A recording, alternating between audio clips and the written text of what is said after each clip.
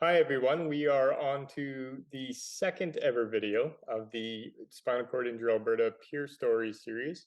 Again, if you have not seen the video in the past, of bringing together some of our amazing peer mentors who have gone through, experienced some of the hardships of a spinal cord injury and gotten to the other side and have shown some great success and resiliency in our community. I am joined today by Ricardo. He's one of our real gung-ho peer mentors that have you'll anytime you're hearing of somebody trying hard to doing something in the community, you always hear Ricardo's name. So I'm super excited to get him on this interview, and we'll start it off. So right off the bat, tell me a little bit about yourself before your injury, Ricardo. Yeah, thank you, Terry.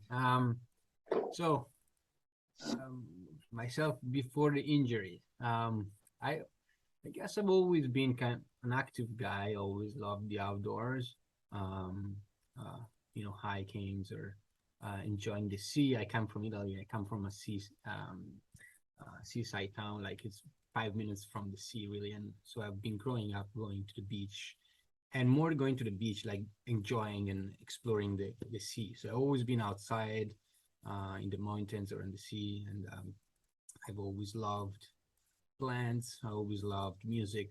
So those are, I would say, the two biggest passions that I carried on all my life. I just studied piano in Italy, and I just completed actually a master's in forestry. Finally, I'm no longer a student, so happy about it. And so yeah, and always like to be active for sure.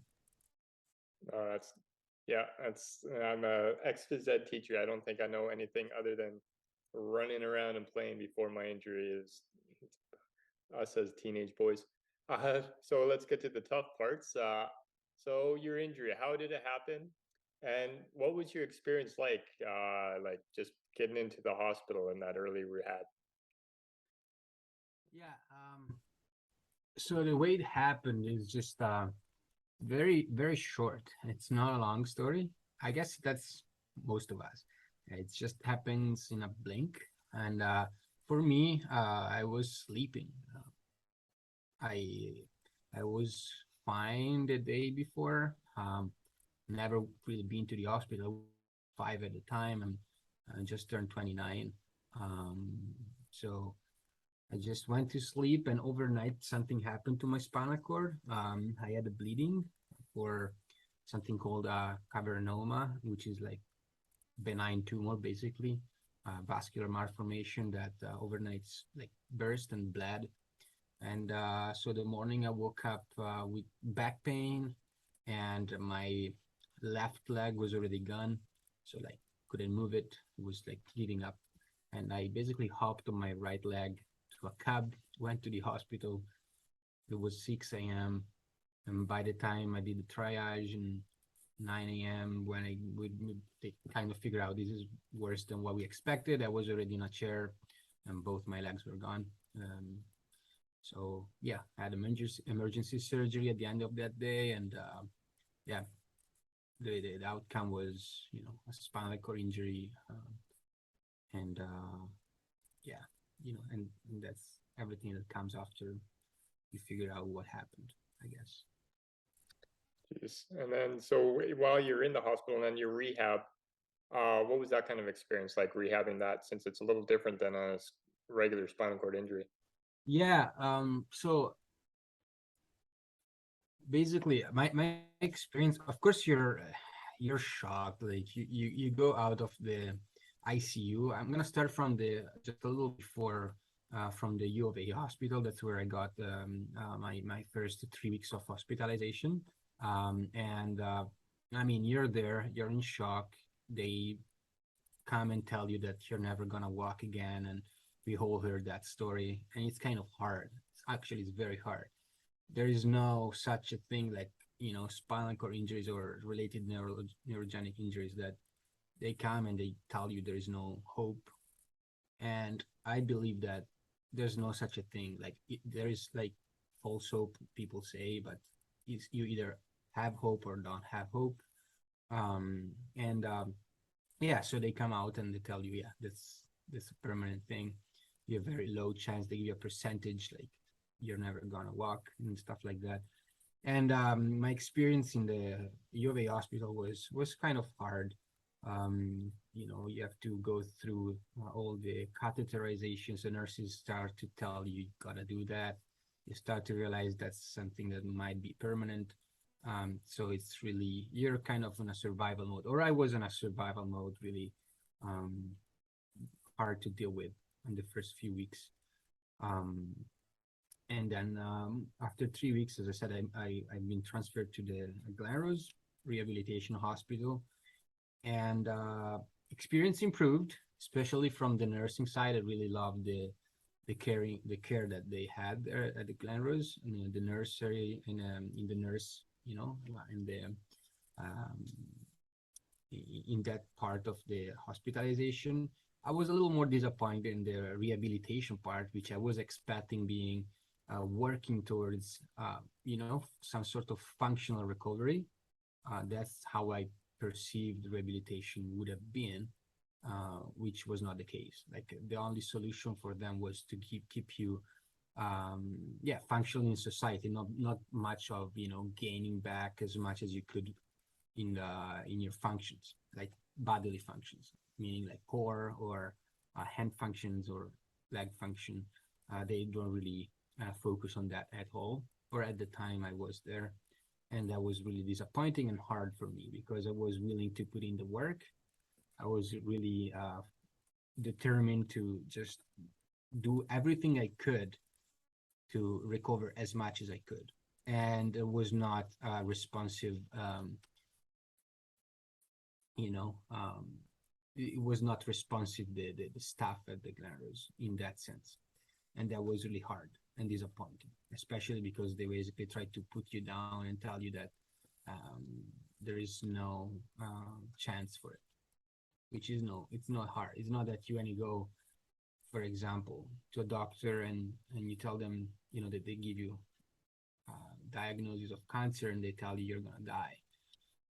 They give you options. They give you options for trying to do everything you can, whereas in spinal cord injuries we don't have that privilege, at least at that time, and for what I know until now.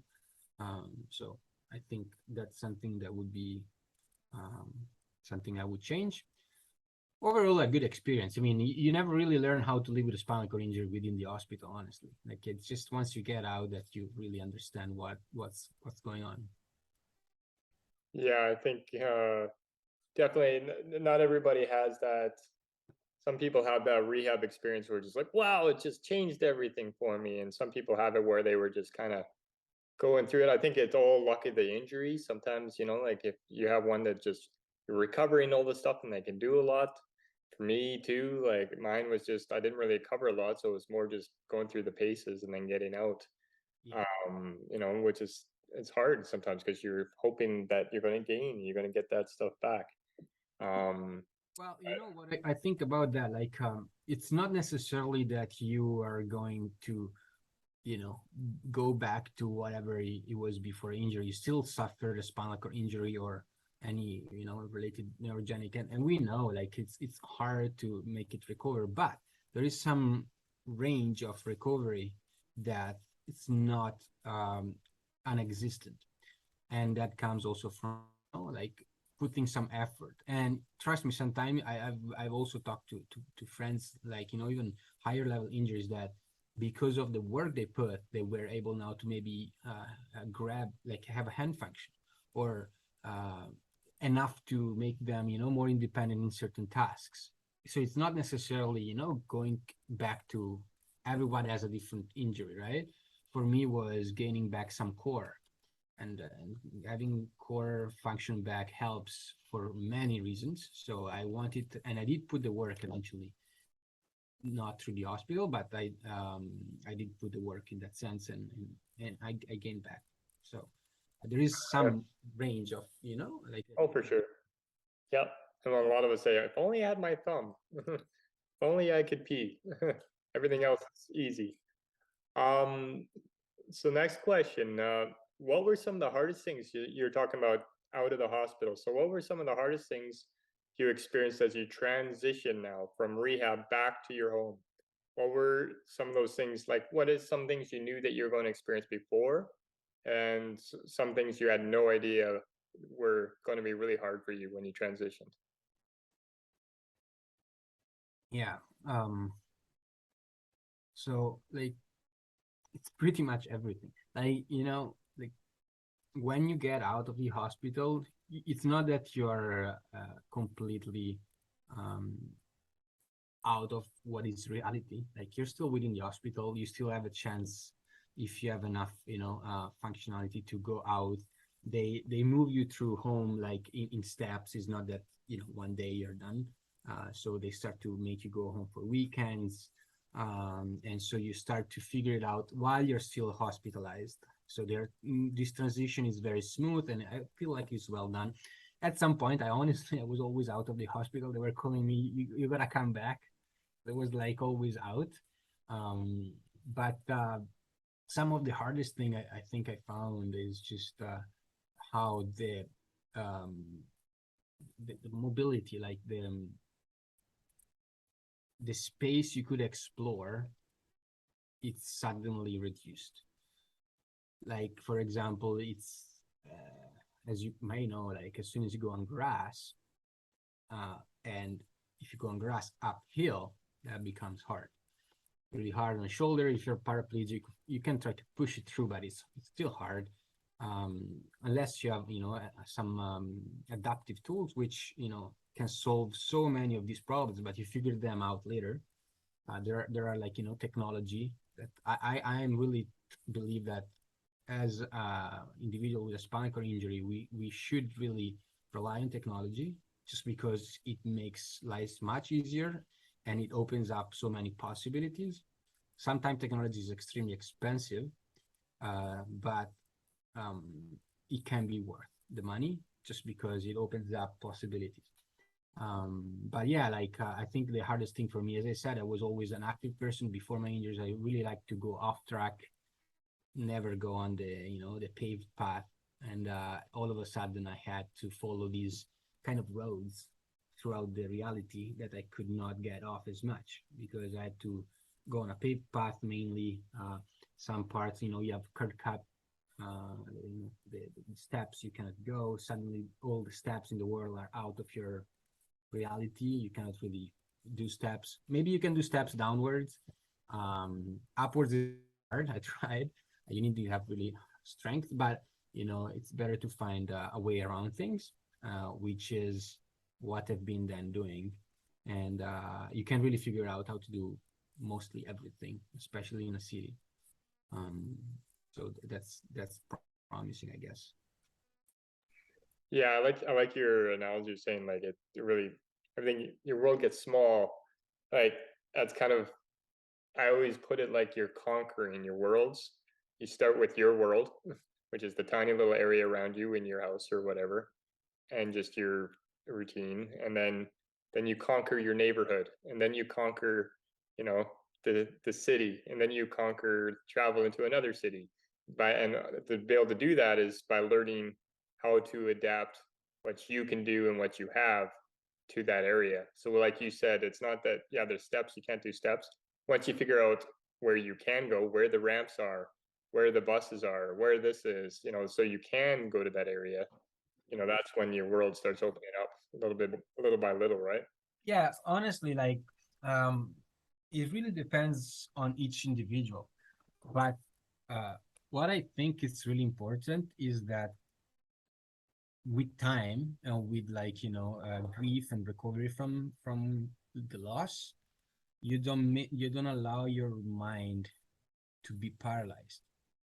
So if your mind is still flexible and you're um, you know seeing the world as what you can do rather than what you cannot do. I know it's a cliche, but it's really like that.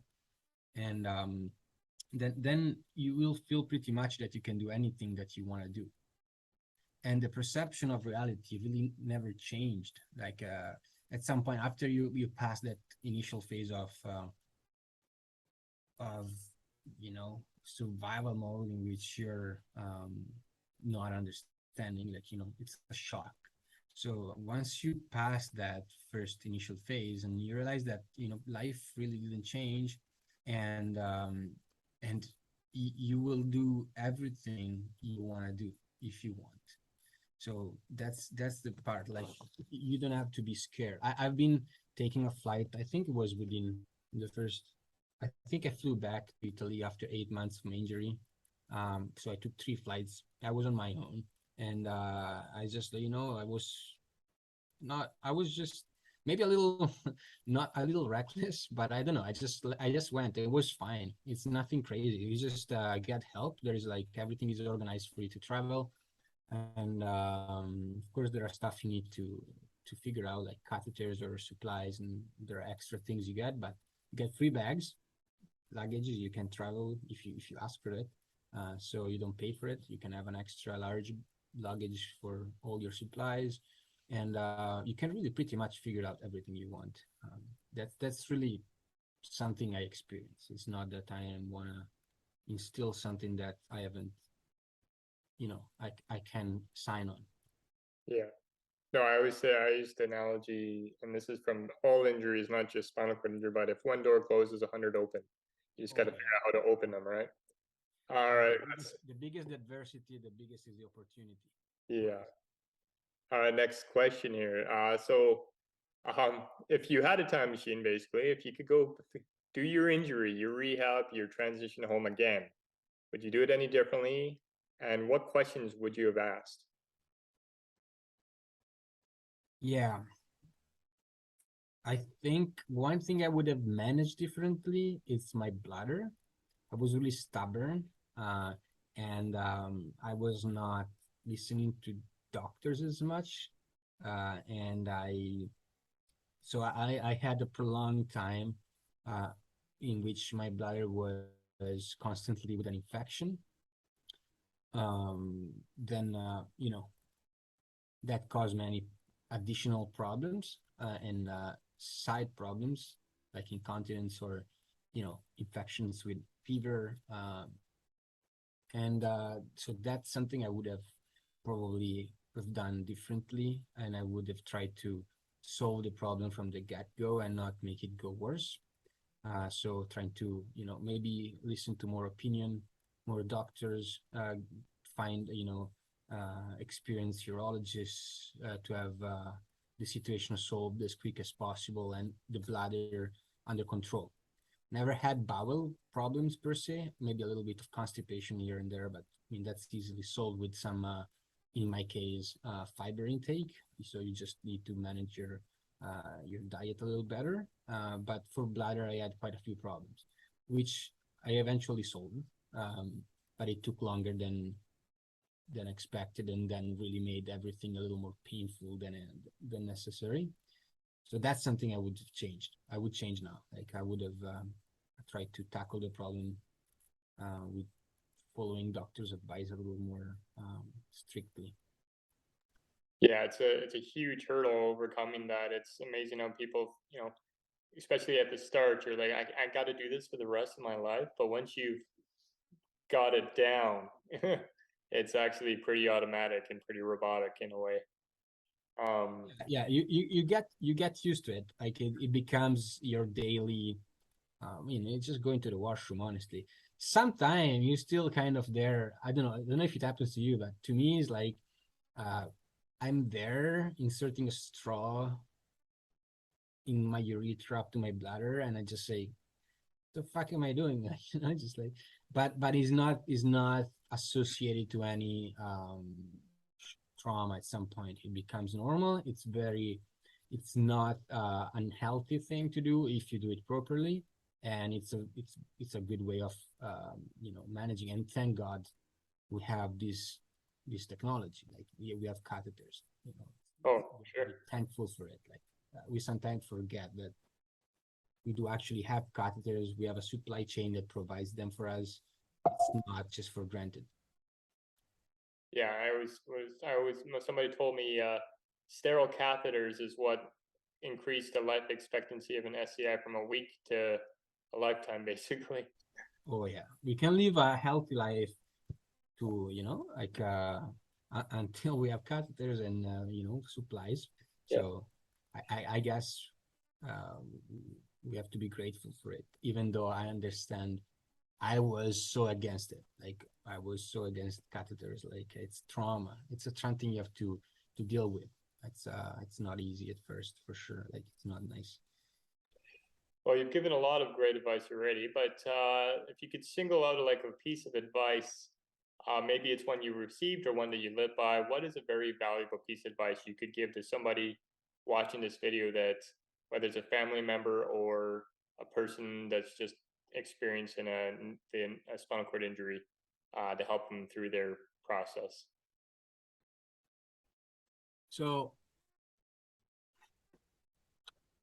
I don't think I think like I always believe on being direct. Um, so I think something that everybody goes through in life. It's not only spinal cord injury.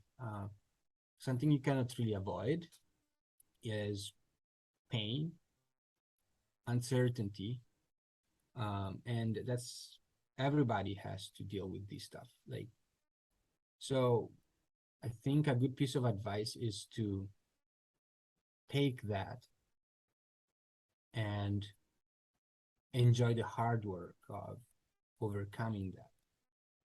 Nobody's gonna do it for you. You gotta take, that whatever happened to you on your shoulders and just take care of your recovery. And it's hard work, but that's the only way. Stuff gets better. Um, the more you go through it, you improve, you learn how to do stuff, and you can really aim high. There is no limit, and that's really up in the mind. If you don't let it paralyze, then there is no limit, and you can do anything that anyone else does, sometimes with help. So you gotta be open for help if it's needed. Don't be stubborn in that. Like you gotta be humble and ask for help if you need it, but also be proud of what you can do on your own. So I'd say just you have to learn how to deal with pain, uncertainty, and enjoy the hard work. I'd say that's something I would advise, yes, or I would tell myself even. That's great advice. Yeah, I really like you always saying your brain isn't paralyzed. Your brain is still, well, as much as we try to do it as young kids, it's not paralyzed yet.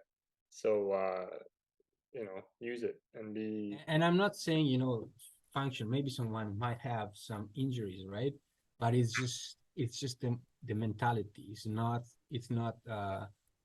intellectual power. It's not that. It's just like how you approach things, and Yeah, that's the paralysis I'm talking about. Not really your education or it's just the way you approach life.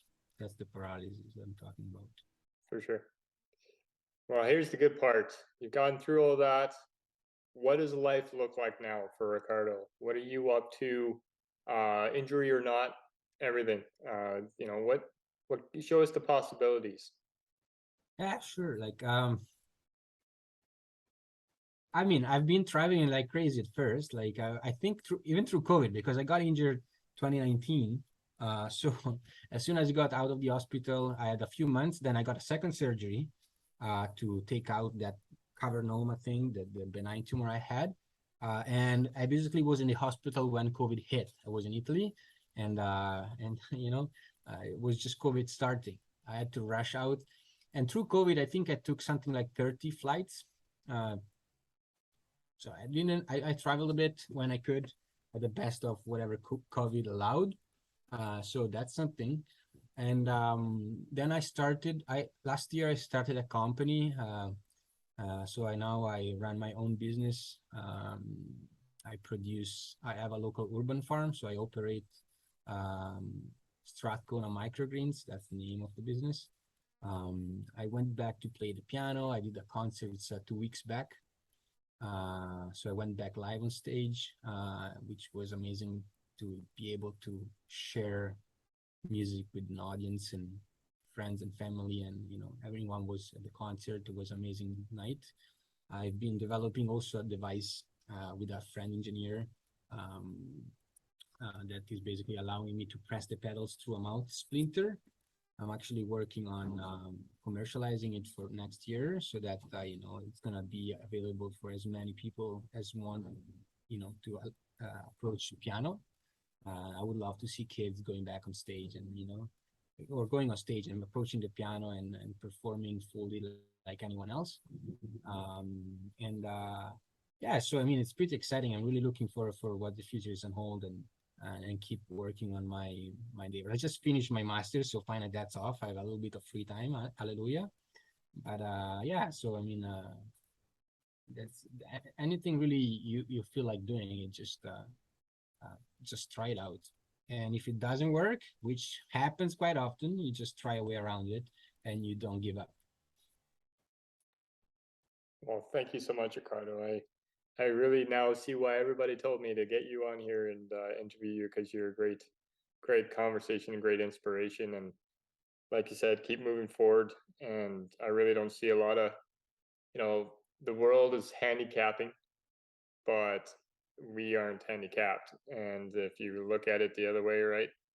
Um, There's no such a thing. infinite, yeah, There infinite is, you possibilities. have a disability and it's limiting some function, but I mean, Yeah, you're not disabled per se. yeah, Like, I like to say you have a disability because, of course, there is some, but yep, for sure. Well, thank you so much. And well, can't wait to show this to everybody and see if we can inspire some people to get through their dark moments as well. thank you so much. Appreciate it. Thanks for the chat, Terry.